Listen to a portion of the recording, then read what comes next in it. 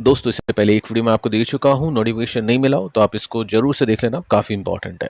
देखिए दोस्तों, हुआ क्या था, कल एक मेल आता है मेरे पास में जिसमें बताया जाता है कि आपका एक वीडियो डिलीट किया जा चुका है यूट्यूब की तरफ से।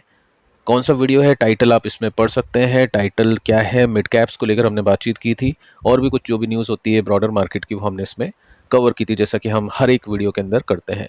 अब रीज़न क्या बताया गया, रीज़न दोस्तों ये है कि यूट्यूब को ऐसा लगा कि इसमें स्कैम हो सकता है, इसमें एग्जैजरेट किया हुआ प्रॉमिस हो सकता है, ऐसा क्लेम हो सकता है। एग्जाम्पल दिया है कि क्या इसमें हो सकता है कि ऐसा क्लेम मैंने किया होगा आप सभी को कि आप बहुत जल्दी अमीर बन जाओगे और आपको गारंटीड रिटर्न्स मिलेंगे। बल्कि इसका जस्ट अपोजिट मैं आपको कहता हूँ कि मार्केट में गारंटी कुछ नहीं है, प्रोबेबिलिटी है, और जो भी डेटा है उसको अपन एनालाइज करते हैं। तो ये सब चीज़ें हैं, ये यूट्यूब करता है। और इसके बाद में कुछ स्ट्राइक्स भी आ सकती है, फिर और प्रॉब्लम्स आती है, कभी कभी चैनल भी डिलीट हो जाता है।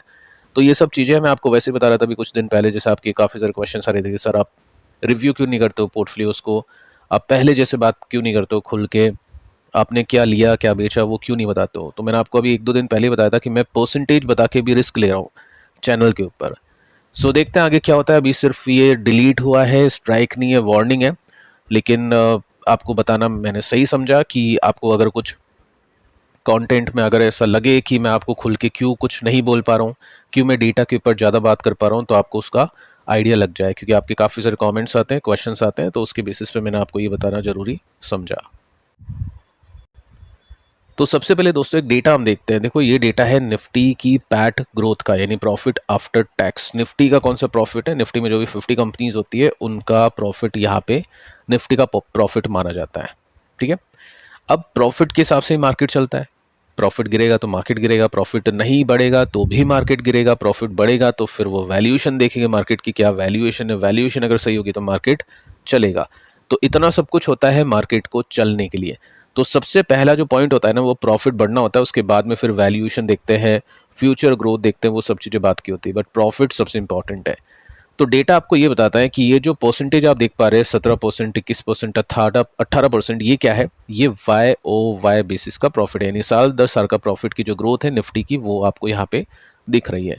सो इस क्वार्टर में, यानी क्वार्टर 1 फाइनेंशियल ईयर 27, यहाँ पे आप देख सकते हैं नीचे की तरफ। तो अभी हमारी जो प्रॉफिट ग्रोथ है निफ्टी की, वो YoY बेसिस पे 18% हो चुकी है। हो चुकी है क्यों बोल रहा हूँ, क्योंकि पिछले क्वार्टर में निफ्टी की ग्रोथ थी सिर्फ 5% की, उससे पिछले क्वार्टर में निफ्टी की ग्रोथ थी सिर्फ 8% की, और ये जो क्वार्टर गया था क्वार्टर 2 26 का, इसमें तो निफ्टी जस्ट 2% की ही ग्रोथ दिखा रहा था। इतने सारे क्वार्टर्स हम देखे, 1 2 3 4 5 6 7 8, 8 क्वार्टर निफ्टी के काफ़ी ठंडे गए। लेकिन ये जो क्वार्टर गया है क्वार्टर 1, इसमें काफ़ी अच्छी तेजी बनी है।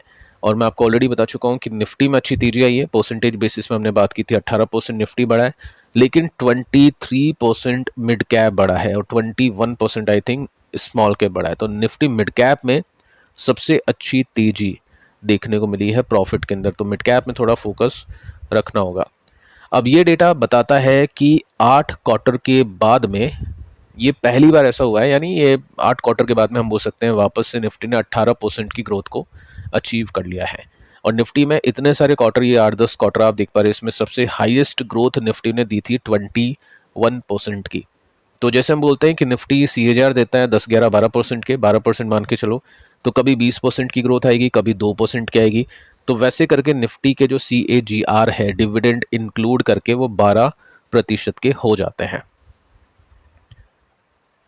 अब देखो वीकली चार्ट आपको क्या कहता है। जब निफ्टी में ग्रोथ बनी थी 21% की, तब निफ्टी कुछ यहां पे था, यानी ये ग्रोथ का पीक था, टॉप था। उसके बाद में फिर निफ्टी काफ़ी अंडर परफॉर्म करा था, जिसमें 8% की ग्रोथ हमने देखी, 2% की ग्रोथ हमने देखी, फिर निफ्टी गिरा। अभी वापस से जो ग्रोथ है वो 18% पर पहुंच चुकी है। अब देखना ये होगा कि निफ्टी क्या इस जो ग्रोथ है इसको, इसके बेसिस पे रिएक्ट करता है, मार्केट निफ्टी को ऊपर लेकर जाते हैं। गैप कितना है, 8% है, चांसेस हाई है, बट एकदम से देखो कुछ होता नहीं है मार्केट के अंदर, बीच बीच में डिप्स भी आएगी। तो डे चार्ट आपको क्या कहता है उसको लेकर हमने पिछले वीडियो में बात कर ली है, बट मीडियम टर्म में हम देखें निफ्टी को, मार्केट को, तो वो काफ़ी अच्छे देखने को मिलते हैं। इसका मतलब ये है कि जो अच्छी कंपनीज है ना, जिनके रिजल्ट अच्छे आ रहे हैं, जिनमें ग्रोथ अच्छी है, उन कंपनीज को इन्वेस्टर्स पॉजिटिवली देखना शुरू करेंगे जब भी कोई भी डिप आती है।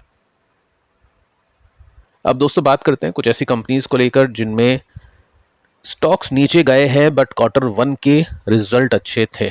ठीक है, चेक कर लेते हैं इन कंपनीज को। फर्स्ट कंपनी SBI कार्ड, 4% की गिरावट इसमें बनी है। तो देखो पहले मैं आपको बता देता हूँ इसके रिजल्ट कैसे कहते हैं। रिजल्ट बीट यहाँ पे लिख रहा है बट 1-2% का जो बीट होता है ना, वो बीट नहीं होता है, वो इनलाइन होता है। यहाँ पे आपको इनलाइन नहीं दिखेगा, या तो बीट दिखेगा या मिस दिखेगा। अगर 5%, 10%, 15-20% का बीट है तब बोलेगे उसको नंबर्स अच्छे हैं। तो मैं कहूँगा नंबर्स इसके इनलाइन थे।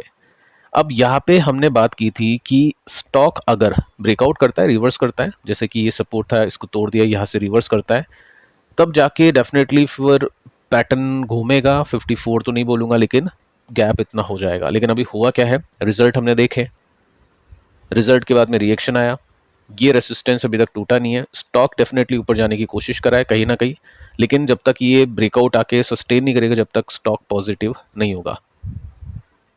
LTM 3% स्टॉक नीचे। नंबर्स कैसे गए, नंबर्स इसके भी इनलाइन कहूंगा। और इनलाइन अभी जो भी कंपनीज ने नंबर्स दिए ना आईटी ने, आईटी सेक्टर में, वो अच्छे ही नंबर्स हैं, क्योंकि बाजार में मैक्सिमम कंपनीज मिस कर रही है। TCS, इन्फोसिस, ऐसी HCL टेक, ठीक है, ये कंपनीज मिस कर रही है। तो कुछ कंपनीज ने अच्छा किया, Coforge, Persistent, Oracle, LTM, Tech Mahindra, ये 5 कंपनीज अच्छी गई, जिसमें सबसे अच्छा किया था कोफोर्ज ने। ठीक है, तो यहाँ पे हम देखें LTM का चार्ट वीकली, जो मैं आपको बता चुका था कि ये लेवल काफ़ी इंपॉर्टेंट है। इसके बाद में गैप है 40% का रेसिस्टेंस के लिए। अब इस गैप को देखें डे चार्ट के अंदर, तो अभी देखो हुआ क्या है कि इसी रेसिस्टेंस से, सॉरी इसको यहाँ पे से देख सकते हैं, इसी रेसिस्टेंस से LTM में बिकवाली आई है। ऑलरेडी 35% ऊपर जा चुका है, लेकिन अब एक बिकवाली चल रही है। लेकिन नंबर्स अच्छे थे, गाइडेंस वगैरह भी ठीक थी, तो इन्वेस्टर्स ऐसी कंपनीज को देखेंगे पॉजिटिवली जब भी कोई डिप आती है, क्योंकि नंबर्स अच्छे गए थे। इसके बाद में देखिए पॉलीकैब को देखते हैं। पॉलीकैब में 2-3% की गिरावट आज देखने को मिली है। यहाँ पे नंबर्स काफ़ी अच्छे थे, बीट था 10% के आसपास, रेवेन्यू 4% के आसपास। तो मार्जिन्स बड़े हैं, रेवेन्यू वैसे भी बढ़ेगा। इन कंपनीज के पास में काम धंधा अच्छा है। पिछले क्वार्टर में मार्जिन्स इसके अच्छे नहीं थे, लेकिन इस क्वार्टर में अच्छे आ गए। ये वीकली चार्ट हमने देखा, जिसमें यहाँ पे रेसिस्टेंस ब्रेक होता है और इसी रेसिस्टेंस को स्टॉक अभी सपोर्ट ले रहा है। अगर इसको हम डे चार्ट के अंदर देखें तो यहाँ पे एक्यूमुलेशन आप देख सकते हैं। अगर सब कुछ ठीक रहा, मार्केट ने अच्छा किया, जो 18% की ग्रोथ है उसके बेसिस पे, तो ये जो वायर एंड केबल कंपनीज है इनके अंदर डेफिनेटली अच्छे नंबर्स आ रहे हैं। तो ये जो भी इन्वेस्टर्स प्ले करना चाहते हैं, तो वो जो देखते हैं ना करेक्शंस कहाँ पे है, वो ऐसे करेक्शंस होते हैं। तो ज़्यादा गैप तो है नहीं, 8% का है, बट जो लॉन्ग टर्म इन्वेस्टर्स होते हैं जिनको बैट करनी होती है ग्रोथ के ऊपर, वो ऐसे में स्टॉक्स को देखते हैं। ग्रो भी अभी आज 3% के साथ में नीचे था। ग्रो के भी नंबर्स अच्छे गए इस क्वार्टर में। EPS बीट बाय 8%, मार्जिन ठीक थे, रेवेन्यू थोड़ा सा मिस कर गया। इसमें आगे देखें तो हम सिंपली नोट कर सकते हैं कि एक टाइम था जब स्टॉक यहाँ पे साइडवेज कर रहा था कुछ क्वार्टर्स तक। अब सेम टाइम अभी आप देख सकते हैं स्टॉक अभी यहाँ पे साइडवेज कर रहा है, लेकिन पैटर्न हम देखें तो थोड़ा सा बुलिश ही आपको देखने को मिलेगा।